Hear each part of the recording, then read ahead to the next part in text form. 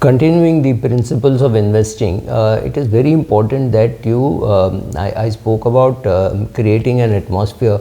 Make sure that you have adequate insurance. Good education is a good insurance against losing your job. Even if you lose your job, if you get another job, your compounding process can continue. Make sure that you talk to your spouse enough. See, if your parents don't understand equity investing, that's fine. You don't have to change them. If you change them, that's great, but if you don't have to change them, but make sure that your spouse understands the compounding process and the wealth creation process, because if you and your spouse are not on the same page, then very difficult for you to create wealth, because she's bound to turn around and say, look, I could have bought that necklace, you lost the money in the markets, so that's going to hurt. So a lot of such hurtful barbs might hurt you, and you might not continue the process. So please ensure that you get a wife, you choose a spouse who agrees with you, who believes that the whole process is necessary, who sits with you, understands what's happening, because your spouse being able to understand, I'm assuming you're a man watching this channel, even if you're a female, making sure that your spouse understands what you're doing, sitting with you, and that is very important, right? Also, I think the human brain is not really made for good quality investing. We are old brain, we are maybe 10,000-year-old brain, so we are not great at investing. Women are sometimes better, sometimes not, but so husband and wife, if you can do it together, that's great. Also read books on behavioral finance, because behavioral finance is far more important. Everybody knows what is to be done. You have to get educated, earn well, do an SIP, do rupee cost averaging or dollar cost averaging, whatever as you wish to call it. Make sure that the documentation is right, and you will create wealth. If it is so simple, why it doesn't get done? It doesn't get done because of the brain. The brain keeps telling you that, oh, this is possible, this is not possible, you know, ye karna chahiye, nahi karna chahiye, oh, this is too difficult, don't do it, you have never done it in the past, so it scares you.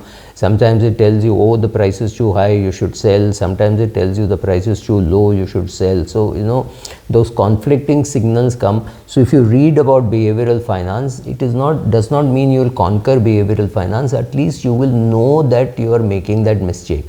So once or twice you know, then you can discuss with somebody, maybe your investment advisor, maybe your spouse or brother, sister, whoever, and stop yourself from making such mistakes in the future. So if you create like an investment committee at home, you and your spouse, or you and your father and mother, or something like that, then chances are you can handle behavioral biases easily. Some things are very easy to say and almost impossible to do. One is, I can handle volatility. No, you can't handle volatility. Understanding volatility is different, handling volatility is different. So it's easy to say, oh, when you go into the forest, if a bear comes to you, you have to do nothing, you have to just stand still. You can't stand still when a bear is sniffing at your feet, right? It's very, very difficult. So it's easy to say, very difficult to do.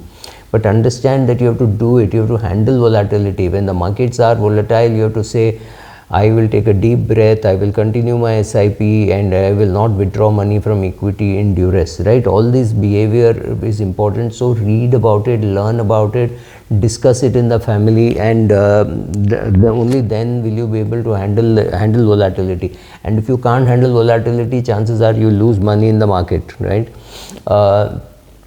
If you have 100 rupees to invest, maybe 80, 90 rupees or 75 rupees, 80 rupees at least goes into investing. 10 or 15 rupees goes into trading, with a very strict thing saying, if that trading amount increases beyond 15%, I'll remove some money from trading and put it back into investing. So you have to understand the distinction between trading and investing. Some principles of investing don't work in trading. For example, if you are very confident about a company and you're bought and the price falls down, you may do something called averaging. You may say, oh, I'll buy more of the share because I believe it is true. But in trading, when you take a position, you say, okay, this is my view. If the market moves contrary to me, I will sell, because you have to do it, because the market can do something very different and you have a leverage position. Normally in a trade, you could have a leverage position that can hurt very badly, right? So understand, are you trading, are you investing? If you're trading, then you have to do a stop loss. If you're investing, then you can do an averaging, you can read more, talk to people, right? You will know whom to talk with. So trading is very different, investing is very different. Don't confuse the two. Normally confusing the two is one of the main reasons why people lose money there, right? Remember that not all shares are equal. Some shares always get a higher PE. Now don't get into an argument as to why it happens. I have no clue, but some companies, if they are Bombay based and if they are old houses, the chances are the broker network will not put a buy call, will never put a sell call on you. At best they will say hold, right? So that is the biggest anti your company, they will say. So don't get into it. Some companies are more equal than others. It's a fact of life. Understand that and go on. Don't sit and think there is socialism at work in capitalism. This is capitalism at work. There will be biases, there will be bribery, there will be contracts got by bribing. All those things will happen. Stop pretending that we are here to change the world. We are not here to change the world. Some shares become very attractive when the prices fall, right? Then it says, wow, it's great, prices have fallen, so you should buy. But some prices become, some shares become very risky when prices fall. You say, you don't know what's happening, right? So it's a free fall. From 700 it has fallen to 35 rupees. You have no clue what to do with it, because you tried averaging at 600, 500, 400, then you gave up. Now it is down to 35 rupees. What should you do? Difficult call to take, right? So sometimes when the price falls, it becomes attractive. Sometimes when the price falls, it becomes risky. So you need to understand all those things before you start investing. Like I said, creating that atmosphere, reading, learning, all that is important before you start investing. It is easy to sign a check of 10,000 or 20,000 rupees to your broker, or go online and give instructions and buy. That is easy. The tough part is in making sure that you have the atmosphere in which to invest, right? Also understand that trying to understand everything in the market is not going to happen. So if you don't understand everything in the market, A, there is index fund. B, you start by saying, okay, I have put 70% or 80% of my money in an index fund. Some money is lying in bank deposits, and now I will sit and learn about equity, and only 10% of my money will be in equity. It will be direct investments, and it may be doing well, it may not be doing well, but that is how I learn. But I also understand that I can't know everything, right? So that's very important. Don't try to know everything about every business. It doesn't happen. Then you know nothing about no business, right? It comes to that. Understand that in the market there will be volatility. Understand that the daily volatility could be like this, a weekly volatility could be like this, a monthly volatility could be like this. But in the long run, markets could just move like this, right? It could move so steadily. You can't see the volatility in the long run. So learn to understand that in the market there will be volatility, but when you zoom out and see from a longer perspective, you don't have to worry so much about volatility, right?